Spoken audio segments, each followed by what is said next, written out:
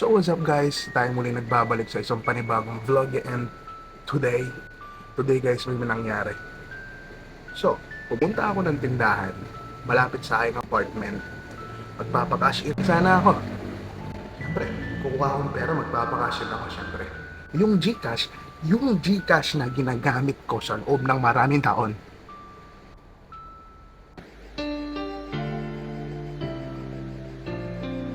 Yung Gcash na ginagamit ko sa loob ng maraming taon. Biglang naging unverified. A night before that, naglagay ako ng 1K dun sa Gcash ko. Siyempre magpapakash out sana ako. Uuwi ako sa amin, kailangan ko ng pamasahe. Siyempre magpapakash out ako. No? At nung pagpunta ko ng tindahan, lalagay ko yung number. Mag-send ako sa nagtitinda ng 1K. Na biglang lumitaw ang message na to.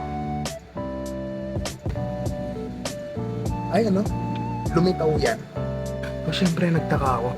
Ginagamit ko tong Gcash account ko na to sa loob ng maraming taon, tapos bigla siyang mag-a-ask sa akin na i-verify mo account. Ang dami kong transaction. Diyan ako nagbabayad ng internet, mga subscription ko, pang Lazada, pang Shopee, pambayad ng renta, pambili ng pagkain, pambili ng luho. Lahat na ng kaganapan, diyan ko ginagawa sa Gcash. Tapos bigla mo sasabihin sa akin. Bigla mo sasabihin sa akin na kailangan i-verify ulit yung account ko. Sabihin mo sa akin bigla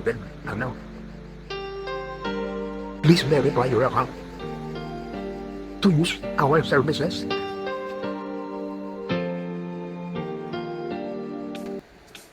So, syempre, hindi tayo nawalan ng pag-asa, mga ka-vlog.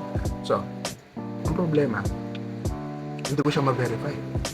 Kasi nga, yung mga required na valid ID, wala pa ako nun, guys. Wala pa ako nun.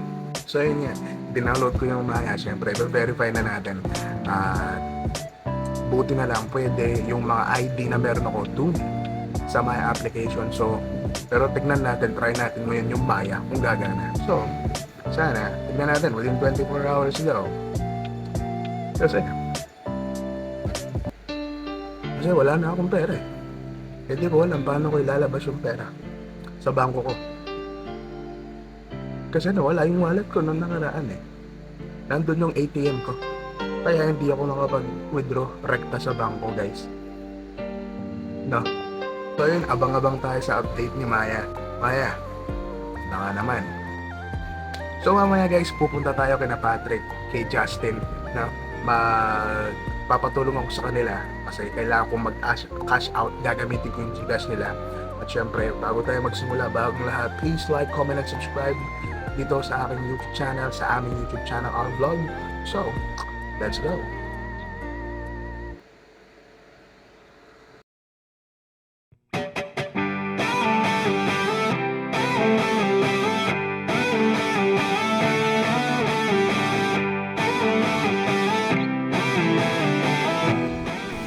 So ayun, na di gumagana yung Gcash niya.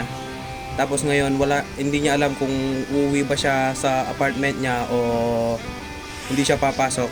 Si Patrick pala yun. Yan, si Patrick. Tapos ako Ayun. Hindi na pinoproblema niya kung anong gagawin. So ang choice, naghalo-halo na lang kami para matanggal yung init ng ulo niya. Wait lang, bibigay natin. Isa sa'yo, dura. Wait, dinuraan niya guys. Isa sa'yo, dura. Dura. Sabihin mo, I say hello. Hello. So ito, pinabigay ko na sa mga big bitches, weaklings. So yun lang guys. Lantakan na natin. Let's go.